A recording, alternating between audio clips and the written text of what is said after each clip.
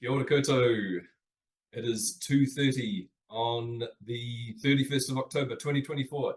Happy Halloween, everybody. I've always thought it's not quite a New Zealand holiday, but I think people are making it their own. Thank you for joining us on this live Q&A. We're very excited to be here with you, and today we have three dreamy consultants to answer your questions, and we're here also to hear, to empathize, to share in the writing. Writing is hard, and today is about sharing those experiences where things maybe didn't go so well for you, and we've got some advice to help you if it ever comes up again, maybe for next time. Now, what is Write Online? If none of you are aware, you should be aware. You should go to writeonline.co.nz and find out. It's full with content of micro-learning videos with all sorts of things about how to write, how to correct your writing, how to have good conversations with people at work, how to think clearly, pretty much anything you can think of about communications. We will have some content there. So go and try it out. You can do it for a week and see if you like it. But if you like this Q&A and you like what our consultants have to say, it's likely going to be good for you. So today's a live Q&A. You are welcome to share your writing nightmares and your questions. Just down the bottom of the Zoom bar thingy there, you'll see a Q&A function. Don't put them in the chat, we won't see them. You can share your writing nightmares with us, or if you have a question, a very specific question about anything at all to do with writing. Maybe not your own personal situations, we'll leave that out of it, but we'll see what happens. Now, we have three great consultants with us today. We have Daniel Androutsos, Jacob Lister, and Penny Maxwell. Thank you very much for joining us, folks. Now, I'll get each of you just to do a very quick introduction, and then we'll get into it. Daniel, tell us a little bit about yourself. Kia ora koutou. My name's Daniel. I'm plain language consultant here at Write. I run a lot of our workshops. Been working here for a couple of years. My background studies were in psychology and linguistics. I worked in legal publishing for 6 years, then realized I needed more communication. Went and often learned Greek, language of my ancestors, then I taught English overseas for about 6.5 years. So at Write, I get to pull in all of those elements of my experience and knowledge with English, sometimes dealing with some quite complex content, but making sure that it's useful and understandable for people. So that's how I find myself here. Fantastic. You're our guy, Daniel. All right, Penny, tell us about yourself. Kia ora koutou. I'm Penny Maxwell. I'm also a trainer and consultant at Write. I've been here for about 1.5 years. And before that, I was working translating academics' ideas into startup pitches for funding. So lots of translating academic writing into business writing. And I've got a long background in teaching and training in English as a second language here and overseas, and in Italian language. And I really love providing people with confidence in their writing and skills to make writing accessible for everyone. Lovely. So, equity for all. Great. We're all on board with that. Fantastic. And lastly, but not leastly, Jacob, tell us about yourself. Kia ora. So I'm Jacob. I'm from Hawera originally, but now I'm in Wellington. So woohoo. I've been a trainer and consultant at Write for the last 2 years. But before that, I was a teacher. Fantastic. Thank you, Jacob. Okay, so we're going to start today by, I'm going to prompt each of our consultants to share a writing nightmare that they have had, because even the professionals get into nightmare situations. You'd be surprised. We're going to share some advice from there. And again, if you're joining us, this is an interactive live Q&A. You can submit your questions, your nightmares, your perceived nightmares, anything that is difficult for you. We can help you out. So pop them in the Q&A function down the bottom there. And we will give you some advice that you can use. And if you're a little bit shy, that's okay. You will be able to listen to all of the advice anyway. So, consultants, I would like you to share one of your writing nightmares, and we will give you a little bit of some hints about what maybe you could have done differently. Penny, we're going to start with you. Okay, well, my biggest writing nightmare is losing the content that I've been writing, slaving over, working really hard on, and this happened to me writing a really high stakes report, sensitive material, taking a lot of research, and I didn't have autosave on, and it disappeared. and there was a deadline. And I was working for a large institution where I had to book a job with IT to get them to bury themselves into the depths of my computer hard drive to find it. And luckily for me, that happened, but it was a little bit too late. So it was a nightmare. Okay, Daniel or Jacob, do you have any advice for Penny of the past? Autosave. Autosave. It's so good. And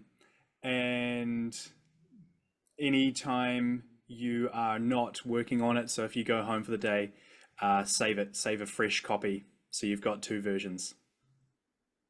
Yep, I learned the hard way. Yeah. Penny, do you do anything differently now based on that experience? Absolutely. And also for emails, I never put the person's email address who I'm writing to, and until right at the end, in case you hit send and off it goes half finished. So Yeah, you can do the recall, but it's not always reliable, eh? Mm-hmm. Okay, Jacob, you're next. Tell us about one of your writing nightmares. What went wrong? All right. So mine was I had to do a piece of writing. It was pretty straightforward. Well, I thought it was quite straightforward and quite simple. So I just went ahead and did it. And I put a lot of energy into making sure that the first draft was really good and really polished before showing it to anyone. And the mistake that I made was it was not even close to what was wanted or what was asked for, or the information that was wanted. So it was basically useless. And from that experience, I learned that it's really important to get your work checked by the people that have asked for something to be made. Get their input early on and often, and save yourself pain from having to redo it from scratch. It sounds like it hurt. It was awful, yeah. It was quite, I think it's quite demoralizing when you put a whole bunch of time into a piece of work and it's not, or it gets changed or it's not what people wanted, and it can really hit your confidence for a while. So yeah. yeah, don't make it, try and make it perfect the first time. Mm. That's around. Yeah. That's a common one. Okay, Daniel, tell us your writing nightmare. What went wrong? Well, the names of everyone involved, the employer, organizations, except for the writer, of course, will be redacted. But I was working on this report, and I just simply could not finish. It wasn't even that long. It was 3 or 4 pages. I was making some recommendations, and I just could not complete it. I tried so many different ways to approach it, taking breaks,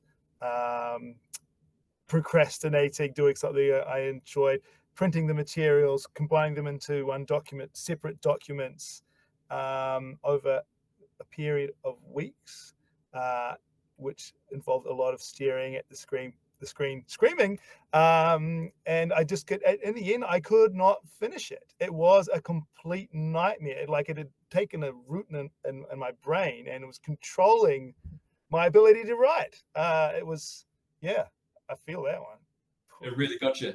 So what, if you were to give advice to Daniel of the past, what would you say? What would get you out of that situation now, or how would you prevent that from happening?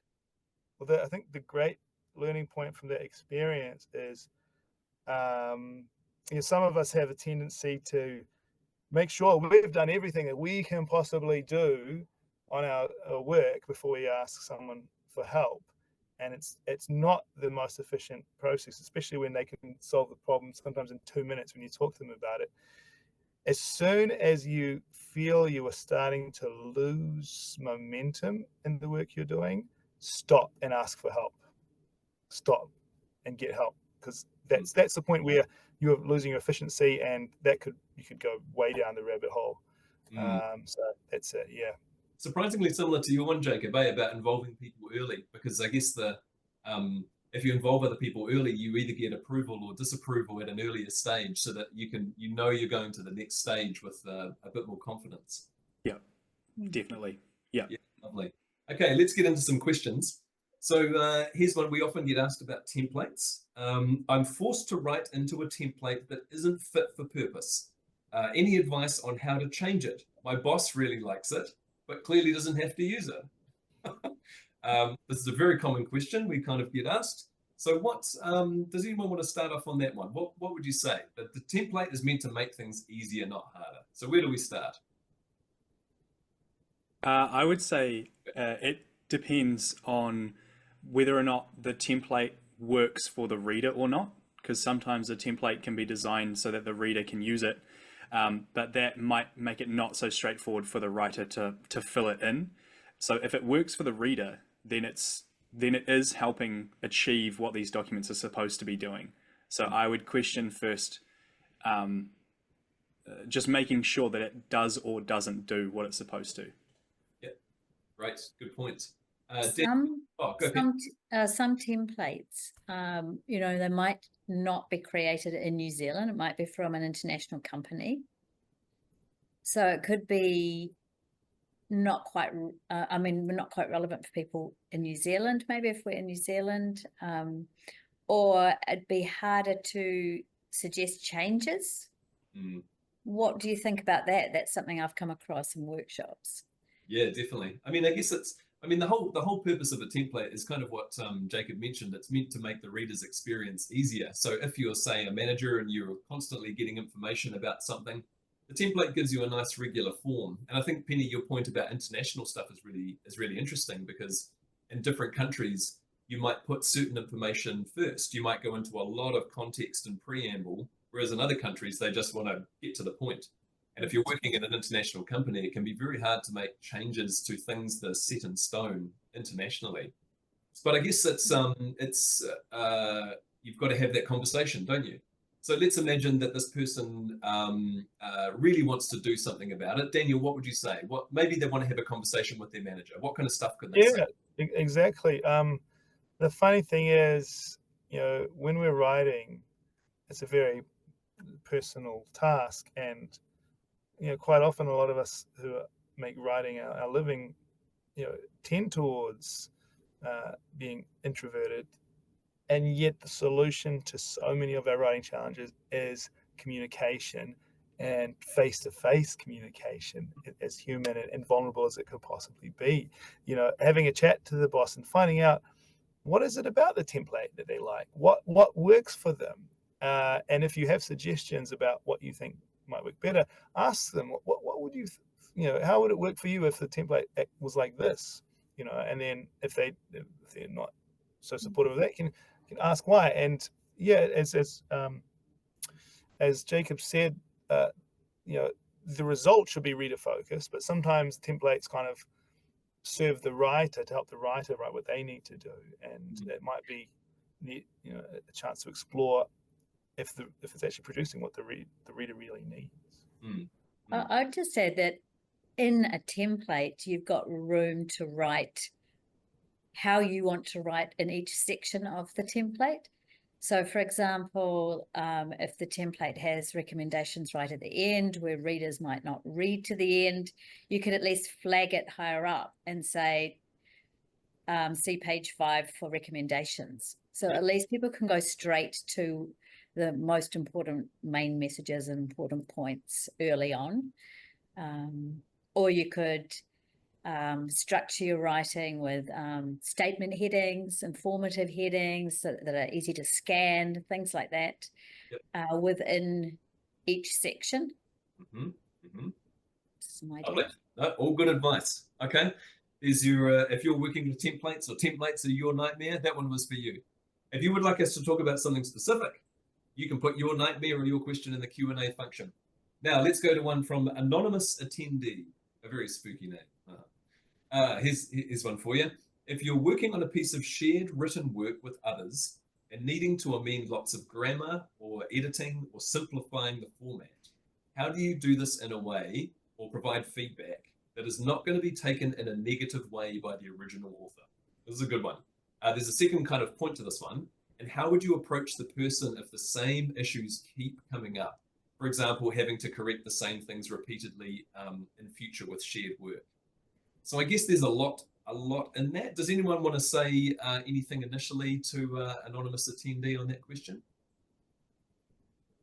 So my initial thoughts are the feedback process might not be useful for this person that keeps making mistakes. So when giving feedback, it's always important to, first of all, include what someone's done well as giving them things that they need to focus on. But I often find that people aren't specific enough when they give feedback. So they might say, this section is good, but this section needs to be reworded. To someone who's written that section, saying that it needs to be reworded doesn't mean anything or help them in any kind of way. So if you can point them towards, here's this resource that our organization leans on that tells us how we should write. This section talks about this kind of thing, which you're not doing. So maybe it's you haven't formatted your lists in that particular way, but this section shows us how we need to do it. So they've got an example, they know how they can change it. But if you just say you do or don't like something, they're not going to improve. Very good advice. Be specific. It can also be helpful to use some kind of checklist. So the right plain language standard, a good 10-point thing to go through and just see if any of those specific items are missing. Penny, what would you, if you had to have a conversation with someone like this, what kind of things would you focus on, or how would you go about that conversation? Probably focus on, I like what Jacob said about focusing on what they're doing well, because they're probably getting a lot of feedback, negative feedback maybe, and they're feeling unconfident. So you want to build their confidence. And yeah, I like that idea of being specific as well. Trying to think of anything extra that I would add to that. I think showing them where to go or some examples of how they could write it in a positive, encouraging way. So saying something, you could write it like this. This would be an example of how you could write it, because a lot of people don't learn how to write per se. You're just mirroring what you've read often, and getting some specific guidance is really, really helpful. Yeah, especially because even within organizations or different industries, there can be different writing styles, and sometimes people change industry or they have a very academic style and it just doesn't quite fit. So knowing what your writing style, whether your writing style matches what everybody else is doing is very helpful. Daniel, any other thoughts on this one about that kind of tricky situation where you've got, you know, you're trying to teach someone essentially? What could you do in that situation? Yeah, I was thinking there are lots of possible layers to this. Say, for example, you know, are you their manager? And, you know, if so, then you might be in a position to offer them opportunities to develop or, you know, improve their grammar skills, their editing skills. If you're not their manager, you know, if you're on good terms with your manager, if you know, maybe it might be something that you'd want to pass on to them at some point, if it's a recurring thing where the person actually maybe does need more help than you telling them that they need to correct things. It might be that they have challenges like dyslexia or something like that actually make it difficult for them to identify those things. You know, it might not be that they just don't want to do it properly. So yeah, a lot of layers around there. You know, does your organization have a style guide? Style guides can help a lot with helping us know, you know, where to put our punctuation and what to capitalize and things like that. But I think, yeah, it's a delicate issue. Sometimes training can help, and you know, it's nice working at a place where you can actually recommend what you do. You know, our courses help with this kind of stuff. They might actually need a little bit of training or coaching. Yeah, sounds like a very worthy candidate. I'll just add to that we do one-on-one coaching as well, and that can be a really nice place to just work on your specific areas. So if you feel like you've got grammar errors, you haven't been taught grammar enough, or your sentence structure, or it just doesn't flow and doesn't feel right, then one-on-one coaching can be a nice way to work on. Yeah, Lovely. Okay, anonymous attendee, that was all for you. And if you want something all for you, you can put a question in the Q&A as well. You can share your writing nightmare with us. It's all right, we can take it. We've seen it all. You can tell us, it's fine. Now on that topic, here's a good one. I can't spell to save myself. Am I unprofessional for using the spell checker in Word and Outlook? Full disclosure, I use that. It corrects things that I'm just typing in and I get wrong just foolishly. As in, like, I know how to spell it, I just type too fast. So I will go through and correct it. Is there anything bad that anyone wants to mention about using any kind of spell checker function? I think it's completely reasonable. You just have to be aware that the spell check isn't necessarily going to catch when you've spelt a word correctly, but it's not actually the word that needs to be there. Yep. Like those words that sometimes look quite similar, but don't have the same meaning. And the spell checker goes, "Oh yeah, that's spelled correctly," but completely changes the meaning of your sentence. So you still need to be careful about those ones. But I would say use whatever tool you've got. Some of us have those challenges that we have to live with, and it makes sense to find whatever tools you can to lessen the impact of the things you don't do so well, so you can amplify the impact of your strengths. Absolutely. Sometimes it doesn't pick up things like form or from. So if you've done a typo, it might not pick it up. So this is still really important, I think, to proofread everything really carefully. I tend to write engage instead of language, and I use that word all the time, but it's just my typing thing, that my little glitch that I do. So I always have to check for that. I think that's a thing, actually. Because I'm trying to think, there's another word that I do similar, where every time I write that word, I get some of the letters wrong. And I think I must have muscle memoried it into that thing. It's very annoying. So if you're going to want to use a spell checker, you can. Just be careful. And make sure that you do a final pass, or if you're really unsure, maybe find a colleague that you trust that has a real laser eye for spelling mistakes or grammar mistakes, and give it to them and just check. That can be a really, really helpful thing too. Okay, let's change tack a little bit. Okay, here's a good one.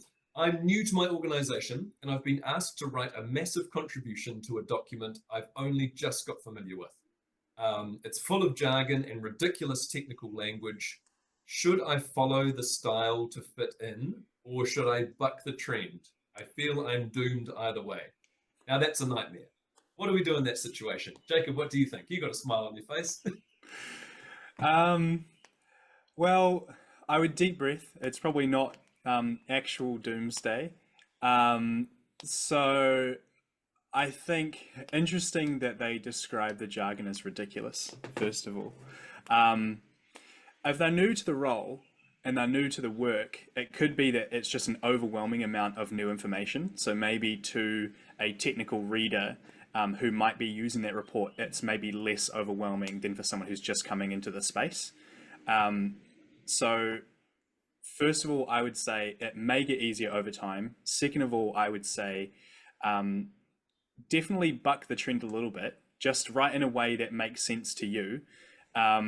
And over time, you'll either find that the style that they have makes total sense, or you'll be a role model for a different way of doing things that maybe makes more sense to a more general audience. So all I would say is, if you don't think the jargon is serving the document or the purpose, get rid of it, and maybe just explain the terms that you struggle with so that other people that are new to the role can have an easier time too. But I wouldn't expect any radical overnight changes to the way that other people do things. So if you are going to try and change their style, just be a bit realistic, that can take some time. I say be brave, lead the charge, become the plain language champion of your office. Woo! Great. So Penny, you would buck the trend, you would write in a plainer style, and you just push the boat out and do it. I just make sure I communicated a lot with people and told them why. Yeah. So I suppose being able to point to something that's not just your own personal opinion, that there's something that's something that backs up what you're trying to do.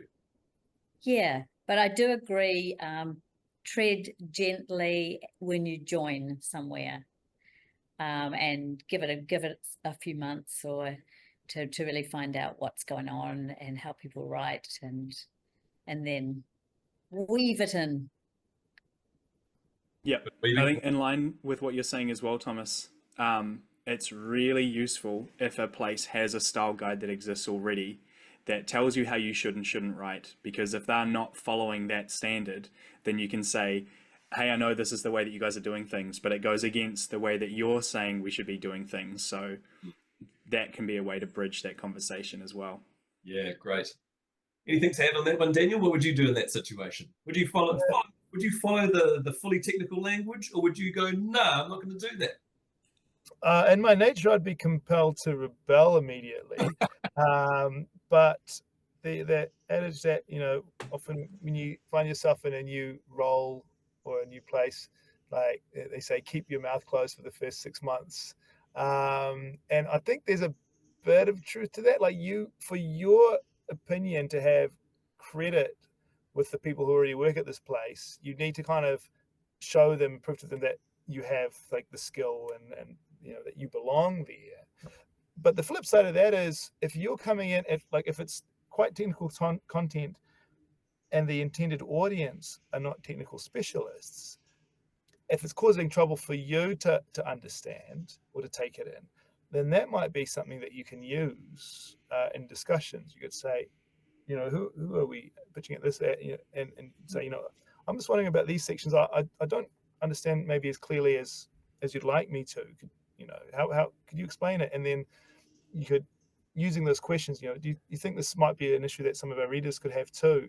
I've learned from That's a good tip. Yeah. Yes. Because you have to be quite brave to put yourself out there to say you don't understand something. One piece of I advice like that. I got when I was starting not a job previous was make the most of your newness. So if you're new in a job, you're afforded a certain amount of time where you can ask the stupidest questions because you're brand new. And so sometimes those questions can actually be quite big questions. You're like, why does this even exist? Whereas if you've been there for a couple of years and you start asking those questions, people are like, come on, man. All right, it is. We've got a couple more minutes, so we're going to jump into one more, and I think this is a real nightmare. Okay, so I thought my manager wasn't reading my updates, so I snuck in some joke statistics, and they noticed. I'm terrified of what to do next. Any tips on coming clean?